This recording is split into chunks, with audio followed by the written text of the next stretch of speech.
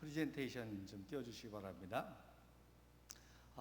이렇게 귀한 기회를 주신 하나님과 또 우리 조경일 목사님께 또 감사를 드리고, 작년 광복절 때도 연합속회 때 목사님이 초청해 주셔서 그때 제가 한번 말씀을 전한 기억이 납니다. 정말 역사적인 교회에 이렇게 부름을 받고 정말 얼마나 감사한지 모릅니다. 그래서 오늘은 특별한 예배이기 때문에 제가 사진을 많이 보여드리면서 말씀을 증거하려고 그래요. 이 교육학적으로도 듣기만 하면 한 20%밖에 안 남는답니다. 근데 반대로 사진을 보면, 시각적으로 사진을 보면 80%가 남는다 그래요. 그래서 여러 가지 팩트 사진을 보면서 말씀을 증거하려고 합니다. 자, 프레젠테이션 한번 띄워주시기 바랍니다.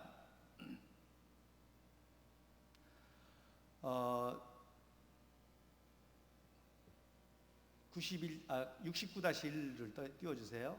네, 아현교회 1이라고 되어 있는 거 있을 겁니다.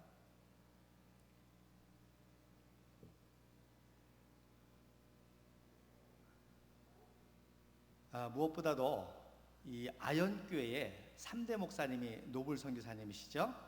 노블 선교사님이 여기 목회하시고 평양에 가셔서 평양 남산현교회를 또 목회하셨습니다. 평양 남산현교회의 마지막 17대 목사님, 5년 동안 공산주의와 싸우다가 조만식 선생님과 함께 순교를 당하신 송정근 목사님의 막내 외손녀가 제 처입니다. 그러니까 참 숙명적이에요. 이 아현교회하고 또 제하고도 또 그런 연관성이 있습니다. 그래서 정말 이 아현교회가 우리 노블 선교사님 목회하시고 또 신앙의 뿌리를 남기신 귀한 재단인데 말씀을 증거케 해주셔서 감사합니다. 자, 요즘에 리우 올림픽이 또 우리 많은 국민들에게 감동을 주죠. 태극기가 올라갈 때마다 감동이 됩니다. 특별히 저렇게 북한과 중국을 거느리고 올라갈 때 아주 감동이 되면서 저는 예언적으로 봅니다. 우리 통일 대한민국이 이제 북한은 붕괴되고 사라지려고 이제 흡수 통일해서 우리 대한민국과 같은 그런 자유민주주의 체제의 나라가 되면 중국은 상대가 안 됩니다. 이미 지금도 상대가 안 돼요. 그래서 놀라운 거는 1948년 6월 2일 날 대한민국이 세워지기도 전입니다. 근데 그때 이승만 박사가 이미 런던 올림픽 때 우리 선수단을 보냅니다. 그래서 오른쪽에 있는 사진이 바로 태극기를 줘가지고, 그러니까 아직 대한민국이라는 나라가 세워지기도 전입니다. 그런데 이미 태극기를 줘서 런던 올림픽에 첫 출전을 하게 되죠. 그때 김성집 선수가 최초의 동메달을 땁니다. 그리고 이제 밑에 있는 사진이 작년 북경 올림픽 때에 중국하고 북한 이 깃발을 착 거느리고 올라갈 때 얼마나 놀라운지 모릅니다. 그리고 저거는 이번에 사격으로 또 우리가 베트남하고 북한을 딱 거느리고 올라가는 사진. 이제 앞으로 이제 미국 국기하고 영국 국기도 우리가 거느리고 올라갈 날이 오게 될 줄로 믿습니다. 자, USB 내려주세요. 그런데 저 태극기가 말입니다. 우리는 지금 이렇게 참 장식을 하지만 1910년도 한일합방 되자마자 태극기는 소지 금지입니다. 태극기 들으면 감옥 가는 거예요. 그 다음에 금지국은 뭐예요? 애국가. 그 다음에 금서가 있어요. 금서. 읽으면 안 되는 책. 그게 바로 이승만 청년이 한성 감옥에 쓴 독립정신이라는 책입니다. 그래서 1910년 한일합방 되자마자 독립정신은 금서고 다 몰래 읽었어요. 그 다음에 애국가 금지곡이고 태극기 금물입니다. 소지할 수가 없어요. 그런데 1919년 3.1운동 때 태극기 늘었잖아요. 그래서 오른쪽에 있는 것이 그 당시 사파입니다. 뭐라고 써놓은 하니 3.1절 경성에서 500년부터 원수의 인연을 맺은 일본이 독립선언문을 낭독한다고 여학생의 팔을 자르려고 위협하는 그런 사파인데 오른쪽에 진짜 잘랐잖아요. 태극기 흔든다고 3.1운동 때. 그러니까 일제시민지 당시에는 태극기만 소지해도 팔 잘리고 감옥 갑니다. 그런데 그리고 3.1운동을 통해서 상해 임시정부가 생겼죠. 그 상해 임시정부의 초대 대통령이 이승만 박사입니다. 저 화환을 쓴 분이고, 그래서 이때 인류 역사상 최초의 현상금 30만 불이에요. 이승만 박사를 체포하거나 살해하면 30만, 지금 돈으로 하면 약 3천만 불이 될 거예요. 빈라덴이 얼마였는지 모르겠네. 그런데 저기 오른쪽에 두 번째 분이 손정도 목사님이십니다. 3.1운동 1910년 남산현교회에서 평양 대부운동 때 은혜를 받고 그리스도인이 되고 목사가 된 유명한 손정도 목사님이십니다. 손정도 목사님이 또 임정의 요원이었었고, 그때 이제 임정에서 이승만 박사님이 초대 대통령으로 취임하는 그런 사진입니다. 자, 무슨 얘기입니까? 대한민국은 감리교가 세운 나라입니다. 할렐루야. 대한민국의 독립과 건국과 구국과 호국과 한강의 기적과 이 모든 역사는 감리교의 역사입니다. 할렐루야.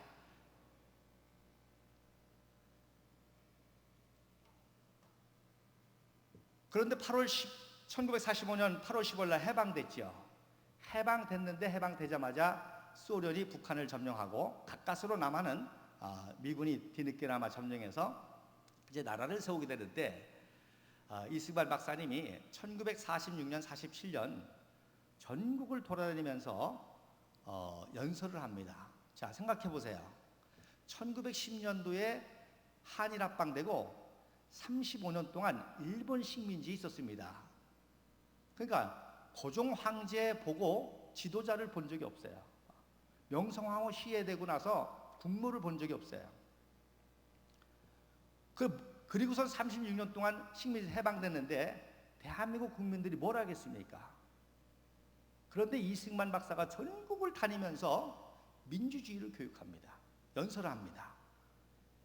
그래서 이때 CIA 요원이 이승만 박사를 암살할, 여차하면 이제 암살할 그런 임무를 두고 아주 일구서일투족을 감시하는데, 제가 이름은 갑자기 생각나는데 존 모트라는 사람인데, 이분이 이승만 박사를 쫓아다니면서 전국에 돌아다니면서 연설하는 그 장면을 보고 이분이 감동을 받았어요. 그 6월 달에 그 무더운데 천안, 옥천, 제천, 안동, 포항, 마산, 마지막에 정읍 이렇게 해가지고 전국을 돌아다니면서 연설하는데 구름대같이 몰려들고 3시간을 연설해도 국민들이 눈 하나 깜짝 안 하고 듣는 거예요. 그 정도, 그 장면을 보고 이 CIA 그 요원이 이승만 박사를 가장 존경하는 분이 됐습니다. 그래서 얼마나 위대한 분인지 그분이 쓴 글이 지금 미국 의회 도서관에 기록이 되어 있습니다. 그런데 그때 제가 오늘 설교를 준비하다가 놀라운 플랜카드 하나 발견했어요. 저게 아마 청주 쪽에서 연설할 때 플랜카드인데 보세요. 대한 국민 대표, 그 밑에 국부 이승만 박사 환영. 이제 감동을 받았습니다. 1946년, 47년은 나라를 세우기 전입니다. 근데 그때 이미 대한민국 백성들은 이승만 박사를 국부로 생각한 거예요. 국부 이승만 박사. 그리고 대한의 완전 자주 독립. 그래서 이거를 남선 순행이라고 합니다. 남조선을 전국으로 순행하면서 연설한다. 제가 이걸 보고 우리 조경열 목사님이 정말 우리 감리교회 지도자가 되어야 될 이유 중에 하나가 지금 전국을 투어하시잖아요. 어제도요, 저 영월까지 그 무더위에 다녀오셨습니다. 제가 깜짝 놀랐습니다. 모르긴 몰라도 역대 그 어느 감독이 사무실에 앉아서 선거운동만 하지 전국의 교회를 방문했다는 소식은 나 처음 뵀습니다. 그래서 저거하고 오버랩이 되는 거예요. 야, 이승만 박사가 한국에 올 때가 나이가 70이었습니다. 그 70 노인네가 전국을 돌아다니면서 연설하는 거예요. 그러면 그 국민들이 그 연설을 1시간이고 2시간이고 눈동자나 깜짝 안 하고 듣는 거예요. 그러니까 대한민국이 세워지고 그 대한민국이 세계로 나가는 겁니다. 할렐루야. 근데 이번에 참 우리 자랑스러운 감리교의 역사를 회복하고 또 위대한 대한민국의 이 역사를 회복하고 또 통일을 위해서 준비하는 그런 중요한 때에 우리 감리교의 지도자로 참 우리 조규종 목사님의 순전한 마음으로 참 전국 교회를 투어하시면서 농촌교회, 시골교회, 또 도시교회, 어려운 교회 할 거 없이 다 이런 걸 보고 제가 얼마나 감동이 되는지 몰라요. 그런데 그 중에 마산에서 연설을 할 때 손정도 목사님 아들 손오릴 제독이 해방병단이라는 해군을 만들었어요. 해군을 하지정부 하에서. 이때는요 하지하고 이승만 박사하고 완전히 싸울 때입니다. 왜? 이미 미국 국무부에 알거히스라는 소련군 간첩이 있어가지고 대한민국 세우는 그렇게 방해하는 거야. 그 국무부의 지시를 들으니까 하지가 이승만 박사를 그렇게 감금도 하고 또 방해도 하고 그러는. 그러니까 이승만 박사가 안 되겠다. 내가 전국을 돌아다니면서 국민들을 깨우고 국민의힘을 하나로 만들어서 나를 세우겠다. 그리고 돌아다니다가 이제 마산에 들렸는데, 그러니까 손오릴 제독은 하지 군정 정부의 명령에 움직여야 되는 사람입니다. 근데도 하지의 명령을 듣지 않고 자기가 200명의 자기 휘하에 있는 해군들을 진해에서부터 배 4척을 데리고 와서 마산 운동장의 맨 앞에 앉혀서 연설을 듣는 겁니다. 할렐루야. 그러니까 손오릴 제독은 뭐 이승만 박사가 정말 아버지 같은 분이죠. 왜? 자기 아버지 손동도 목사님 아까 사실 보셨잖아요. 그런 관계란 말입니다. 그때 이승만 박사님이 이런 연설을 하십니다. 뭐 잘 안 보시겠지만 내용은 이런 겁니다. 이승만 박사님이 하와이에 주로 계셨잖아요. 하와이에 뭐가 있어요? 미국 해군 본부가 있지 않습니까? 항공모함에 있지 않습니까? 그러니까 거기 살면서 이 미국의 막강한 해군이 부러운 거예요. 그래도 우리도 나라가 세워지면 우리도 삼면이 바다니까 참 우리도 강력한 해군을 가져야 되겠다. 그런 꿈을 가지고 있었는데 마산에서 손오릴 제독이 200명의 해병병단을 끌고 와서 연설을 들으니 얼마나 감격스럽겠어요. 근데 뭐 옷은 초라하지 뭐. 일본 사람들이 버린 거 주워다 있고 미군이 버린 거 주워다 있고 남루하기가 뭐 초라하죠. 그런데 그들에게 소망을 주는 겁니다. 여러분들이 지금 남루하지만 여러분의 기상만큼은 삼면의 바다인 우리 대한민국을 지킬 수 있고 해양 대국의 그런 미래를 건설할 수 있는 훌륭한 사람이더라. 그런 연설을 하신 거예요. 그래서 이승만 박사는 항상 육해공이 아니라 육군 해국 공군이 아니라 항상 해륙공입니다. 해륙공. 그래서 육군에서 불만이 많았어요. 왜? 항상 해군을 앞세우니까. 그런데 그때 임병래라고 하는 청년이 이 연설을 듣고 감동을 받습니다. 자, 내가 왜 임병래라는 청년의 이야기를 또 오늘 하는 거 하니, 요즘에 인천 상륙작전 영화가 아주 감동을 주죠. 실화를 바탕으로 한 영화인데 그 실화가 임병래 소위 얘기입니다. 거기에 장학수 대위로 나오죠. 장학수 대위가 실제 모델은 임병래 소위를 모델로 한 겁니다. 이 임병래 소위는 바로 손정도 목사님 옆 동네 강서구 용강 출신입니다. 그리고 평양에 숭인 상업학교를 1941년도에 졸업한 사람이야. 이 숭인 상업학교는 얼마나 유명한 학교인가니 오윤선 장로님과 조만식 선생님이 세운 학교예요. 평양에. 그리고 상업, 은행을 한다든지 이런 걸 하니까 최고의 경제 엘리트들을, 조선의 최고 똘똘한 애들을, 경제 엘리트를 키우는 민족주의와 기독교 신앙과 또 최고의 일본은 제국의 수탈을 당하는 우리 조국의 경제를 위해서 참 헌신할 그런 인물을 키우는 그런 숭인학교이기 때문에 굉장히 유명한 학교고 최고 엘리트들이 들어간 학교입니다. 거기에 다닌 거예요. 그러니까 이 청년이 어떤 청년이라는 걸 우리가 알 수가 있죠. 기독교 신앙과 함께 최고의 경제 엘리트 청년입니다.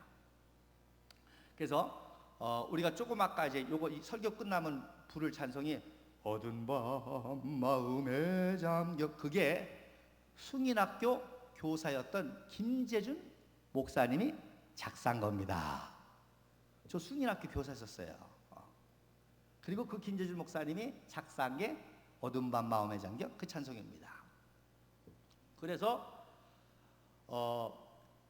최고의 그 경제 엘리트 청년이 북한의 공산당이 들어오니까 친일파로 물리죠. 그 다음에 기독교인이죠. 그리고 친일파라는 말 자체가 공산주의 용어입니다. 즉 공산주의 정권에 참여하지 않으면 다 친일파로 모는 거예요. 이해가 되시겠어요? 공산주의 정권에 참여하면 그 어떤 악랄한 친일파도 영웅이야. 혁명일사의 능에 묻혀. 그런데 공산주의 정권에 반대하면 다 친일파, 친미파로 매도하는 겁니다. 그리고 기독교를 박해하니까 이 박해를 피해서 월남한 거예요. 월남에서 부산에서 살다가 마산의 그 연설대에 감동을 받고 1948년도에 해군사관학교에 들어갑니다. 그리고 1950년 4월에 소위로 임관합니다. 근데 뭐가 일어났죠? 6.25 정전이 일어난 겁니다. 6.25 전쟁이 일어나니까 이승만 메가더 장군이 이 전세를 뒤엎고 하기 위해서 인천 상륙작전을 계획하게 됩니다. 근데 메가더 장군이 상륙작전을 위반하지만 한국의 지리라든지 이 정보에 대해서 모르잖아요. 그러니까 손원일 제독에게 인천에 관한 모든 정보를 얻게 하고, 손원일 제독은 바로 이 임병래 소위, 물론 이제 정보장교인 황명수 또 소령이 있지만, 그래서 실질적으로 이 임병래 소위를 중심으로 해서 인천 지역에서 영흥도도 탈환하고 정보도 얻고, 그런 활동 내용이 바로 엑스레이 작전인데, 그 엑스레이 작전의 중심 인물이 바로 임병래 소위였던 것입니다. 요게 이제 그 엑스레이 작전에 참여했던 실제 인물들입니다. 맨 오른쪽이 클라크 데이, 유진 클라크 데이로 미국의 해군 정보장교, 모든 정보를 메가더한테 수집한, 우리 한국 임병래 소위 이런 사람들이 수집한 정보를 이제 취합해서 메가더 사령부에 보내는 그런 역할을 하는. 그래서 뭐 개원주 대령이라든지 또 연정 대위라든지 이런 분들이 참여했고, 최일선에서 그 영화에 보면 막 싸우고 그러잖아요. 그 최일선에서 활동한 게 바로 임병래 소위입니다. 그래서 나중에 이 클라크 데이가 The Secret of 인천, 인천의 비밀이라는 책을, 즉 엑스레이 작전을 중심으로 한 책을 쓰게도 됩니다. 그리고 이게 이제 우리 한국 손원일 제독의 명령에 따라서 이런 정보 작전을 수행한 배가 바로 백구호라는 그런 배입니다. 그리고 그들의 지시를 받고 활동한 부대가 유명한 켈러 부대입니다. 코리안 라이어슨 오피스. 그래서 켈러 부대. 그래서 우리 이 교회에도 우리 방장로님 계시죠? 황해도 있다가 월남해 가지고 이 켈러 부대 일을 활동하는 겁니다. 그러니까 주로 이제 이북에서 내려왔기 때문에 혈혈 단신으로 내려온 청년들이 많아요. 임병래 청년처럼. 그러니까 이런 청년들이 이렇게 켈러 부대 활동을 해서 대한민국을 호국하고 구국하는데 참 큰 역할을 하신 것이죠. 이것도 이제 여러 그 작전 사진 중에 하나입니다. 그래서 맨 왼쪽이 바로 클라크 데이. 그래서 마지막에 이제 모든 정보를 다 취합하고 이제 9월 14일 날 바로 9월 15일 인천 상륙 작전 전날이죠. 이제 영종도에서 철수해라. 근데 그 소식을 북계군이 알고 일개 대대를 보내가지고 이 첩보대들 다 죽이려고 그런 거예요. 늦게나마 알아가지고 말이에요. 그랬을 때에 임병래 소위가 홍시욱 하사하고 모든 대원들을 먼저 철수시키고, 우리가 끝까지 너희들 철수시키고 나중에 나가겠다 해서 끝까지 지키고 다른 대원들 다 보내고 미처 탈출을 못해가지고 포위를 당한 거예요. 그래서 마지막 남은 총 한 발만 남겨놓고 다 싸우다가 마지막 한 발로, 왜? 자기가 체포되면 모든 정보가 누설이 될 수 있고 어려움이 줄 수 있잖아요. 오늘 요한복음 15장 13절, 사람이 친구를 위하여 목숨을 버리면 이보다 더 큰 사랑이 없느니라. 자기 전우들을 탈출시키고 뿐만 아니라 이 조국과 민족, 우리 한민족, 마지막 참 이 인천 상륙작전의 그 마지막 승리와 그걸 앞두고 대한민국 만세를 부르고 자결을 합니다. 그래서 이 사건이 해군 역사상 가장 위대한 사건 중에 하나이기 때문에 이제 해군 사관학교에 임병래 소위가 중위로 특진을 해서 이 동상을 세운 거죠. 그리고 저 왼쪽에 있는 거는 홍시욱 화사, 끝까지 임병래 소위와 남아서 작전을 하고 다른 대원들을 구하고 마지막에 같이 자결한 대한민국 만세를 부르고 자결한 홍시욱 사사의 동상이 교육사령부에 있습니다. 그리고 이 임병래 소위 동상 옆에 있는 분이 바로 황명수 소령입니다. 그 당시 즉 이 정보를 모든 것을 어레인지했던 그런 지휘관이었습니다. 이분은 제7대 해군 사령관을 지내십니다. 그리고 유도탄 고속함이죠. 그래서 722호가 바로 임병래호입니다. 그래서 10번째 만든 배의 이름을 이제 이렇게 한 것이죠.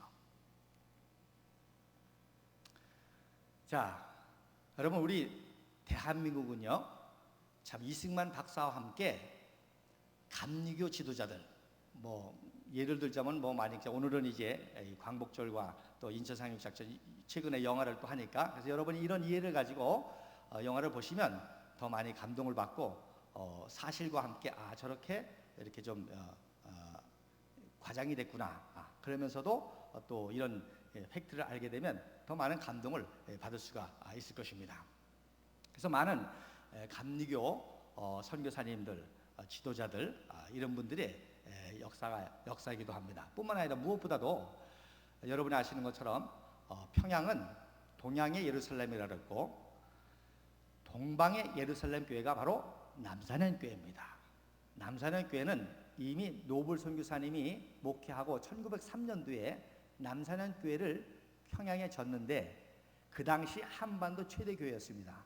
평양 최초의 벽돌교회 건물이었습니다. 그 당시 2,000명이 모이는 교회였었어요. 정동교회가 1,500명, 그리고 내리교회가 1,000명, 상동교회가 500명, 아현교회는 한 300명쯤이었을 거예요. 1904년부터 한반도 최대 교회였습니다. 그래서 동양의 예루살렘이라고 하는 이제 별명을 듣게 된 게 바로 평양 남산현 교회 때문입니다. 그 평양 남산현 교회 이런 훌륭한 감리교회 인물들, 지도자들이 많이 배출이 됐던 것이죠. 그래서 우리나라에서도 최초의 나라가 세워지고 제헌의회 때 5월 30일인가 제헌의회 때에 이승만 박사님이 제헌의장이 돼가지고 첫 개회할 때 하늘의 하나님께 감사합시다. 순국선열에게 감사합시다. 그리고 우리를 이렇게 나라를 세울 수 있도록 도와준 미국과 우리 하지 또 사령관에게 감사합시다. 이운영 목사님 나오셔서 대표기도 해주시겠습니다 했는데, 이 이운영 목사님이 남산교회 15대 목사님이십니다. 그러니까 이승만 박사님이 바로 링컨처럼 링컨이 남북전쟁 때 이제 통일 후에 남부를 재건하고 남부와의 화합을 해서 앤드류 존슨이라고 하는 사람을 부통령으로 세우죠. 남부 출신을. 그런데 이제 본인이 암살당하고 앤드류 존슨이 대통령이 돼서 남북의 화합을 이루게 됩니다. 그걸 염두에 두고 이운영 목사님을 내려오라 그래가지고 국무총리를 시키려고 했었어요. 근데 4번이나 떨어지죠. 왜? 남한의 지주 세력인 한민당이 극렬하게 반대해가지고 원래는 조만식 선생님을 내려오라고 했지만 조막 선생님은 순교를 당하시니까 못 가게 하니까, 그래서 이은영 목사님이 바로 남산교회 1941년도까지 담임하시다가, 그리고 일제의 압력이 심해지니까 어려움을 당하다가 그리고 1945년 해방되자마자 담임이 되신 분이 바로 송정근 목사님이십니다. 어쨌든 남산교회가 참 이런 역사가 있는데, 그래서 이북에서 첫 번째 38선이 생겨지자마자 내려온 분들을 월남인이라고 그래요. 월남민이라고 그래요. 월남자라고 그래요. 월남했다 이런 걸. 남쪽으로 넘어왔다. 그래서 그분들이 대한민국을 세우는데 많은 공을 세웁니다. 그리고 두 번째 6.25 전쟁이 나서 6.25 전쟁 통해 흥남철수작전이라든지 이렇게 1.4 호텔이라든지 이때 내려온 사람들을 피난민이라고 합니다. 그때 내려온 분들이 거의 90%가 기독교인입니다. 그리고 다 엘리트들입니다. 왜? 공산 정권에 참여해야 되거든요. 참여하기 싫거든요. 왜? 저거는 악의 정권이니까. 그래서 많은 기독교인들과 함께 지주 세력이라든지 이런 엘리트들이 피난 내려왔는데, 그분들이 바로 피난 내려오신 분들이고, 그분들이 바로 이 대한민국을 세우는데 지대한 역할을 한 분이죠. 대표적인 게 누구십니까? 백선엽 장군, 조만식 선생님의 비서였습니다. 그런데 만주 군인이었다고 다 친일파로 멀죠. 이해가 되시겠어요? 김일성이가 백선엽 똑똑하니까 공산 정권에 참여해달라고 요청을 했어요. 했을까 안 했을까요? 안 했습니다. 안 하면 어떻게 돼요? 죽습니다. 그러니까 조막 선생님이 내려가라 그랬죠. 내려와서 대한민국 군대를 이렇게 세우고, 그리고 6.25 전쟁 때 바로 김일성이를 물리친 아주 위대한 기독교 인물이 바로 백선엽 장군입니다. 백선엽 장군도 강서 출신이에요. 근데 아버지가 일찍 돌아가셔가지고 어머님이 먹고 살려고 두 딸하고 백선엽을 데리고 백선엽, 백인엽 데리고 평양에서 사는 거예요. 너무너무 힘들어가지고요, 어머니가 대동강에서 떨어져 죽으려고 그랬어요. 자살 죽을, 너무 힘드니까. 그래서 떨어져 죽으려고 그러니까 큰딸이, 어머님, 나무를 심어도 3년을 기다려야 되는데 힘들다고 이러시면 되겠습니까? 그 설득해가지고요, 다시 자살을 포기하고 신앙생활 하신 분이에요. 그러니까 기독교 집안이니까 바로 백선엽 이 청년이 공산 정권에 참여해달라는 요청을 뿌리치고 월남해가지고 대한민국을 세우셨던 거죠. 또 누구? 최명신 장군도 그 당시 북한의 최고 엘리트 교사 중에 하나였습니다. 그러니까 김일성이가 직접 찾아와가지고 우리 공산 정권에 참여해달라고 했죠. 근데 역시 어머님, 아버님이 목사님 집안이십니다. 그래서 혈혈단신으로 내려와서 또 대한민국을 구원한 위대한 인물이 됐습니다. 자, 지금 탈북자 3만 시대입니다. 북한의 저 포악한 정권에서 먹고 살기 위해서 신앙의 자유를 찾아서 또 삶의 자유를 찾아서 대한민국에 들어온 그 사람들이 탈북자입니다. 바로 이 탈북자들이 이제 통일시대의 주역이 될 줄로 믿습니다. 그래서 우리 아현교회도 탈북자들에 대한 관심을 가지고 또 이제 통일을 위해서 준비하는 그런 교회로 역사를 해야 되겠습니다. 자, 마지막으로 태극기. 참 6.25 동란 때 이승만 박사님이 평생 가슴에 품고 다니던 태극기를 펼쳐들고 외신 기자를 하게 하는 거예요. 7월 22일 날 대한민국 도와달라고. 유엔 니네가 합법적으로 감시해서 세운다라고. 유엔 총회에서 48대 9로 인준을 받은 인류 역사상 최초로 유엔의 감시하에 유엔의 인정을 받은 유엔에 세운 나라인데 니네들이 도와줘야 된다. 그래서 애절하게 호소하는, 태극기를 흔들면서 호소하는 그런 장면입니다. 자, 저 오른쪽은 뭐냐? 북한에도요 태극기가 걸렸었습니다. 언제 바뀌었냐? 1948년 7월에 인공기로 교체하는 교체식입니다. 저기에 태극기가 걸렸었는데 태극기 내리고 인공기를 교체하는 거예요. 저기 인공기 교체하는 저놈이 김두봉입니다. 주시경의 제자. 근데 공산정권에 참여한 거죠. 그래서 인공기를 개항하는 장면입니다. 인공기도요, 누가 만들었냐? 소련에서 전화로 만드는 거예요. 전화로. 야, 그래가지고 그려가지고 세운 겁니다. 여러분, 태극기가 대한민국입니다. 할렐루야. 저거를 위해서 생명을 바치고 헌신한 우리 감리교의 위대한 신앙인들이 많이 있습니다. 이제 통일을 위해서 우리가 기도하고 나가야 될 줄로 믿습니다. 오늘 시편 말씀에 우리가 포로에서 해방될 때에 꿈꾸는 것 같았도다 그럽니다. 제가 이제 통일 강연도 하는데 오늘 이제 마지막 요것만 할게. 기도 제목을 드릴게요. 지금 세 가지 작전이 있습니다. 참수작전, 김정은 제거하는 거예요.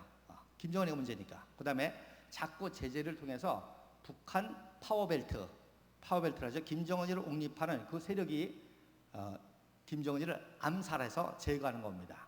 그 다음에 세 번째는 뭐냐? 그 파워벨트가 김정은이를 체포해서 ICC 국제형사재판소에 체포해서 기소하는 거예요. 그리고 우리와 평화헌법을 맺는 거예요. 그러면 피를 한 방울도 안 흘리고 통일이 되는 겁니다. 그래서 제가 이 얘기를 했더니 갈릴리 교회 이창준 목사님이라고 아주 그 통일을 위해서 굉장히 하시는 목사님인데, 에이, 조 목사 꿈 얘기야. 꿈꾸는 것 같았도다. 할렐루야. 여러분, 하나님이 지금 계획하고 계십니다. 여러분은 지금 매스컴을 통해서 그렇죠. 지금 거의 통일이 임박했습니다. 굉장히 임박했습니다. 바로 꿈꾸는 것 같은 날이 오게 될 줄로 믿습니다. 피 한 방울 하나도 안 흘리고 유엔의 주도하에서 통일될 날이 얼마 남지 않았습니다. 할렐루야. 그래서 우리가 태극기 붙잡고 태극기 흔들고 통일 갔다는 거예요. 북한에도 태극기 흔들리는 날이 오는 게 통일입니다. 아멘. 북한 주민 많은 사람들 가운데 아마 집안에 태극기 신겨오는 사람도 있을 거예요.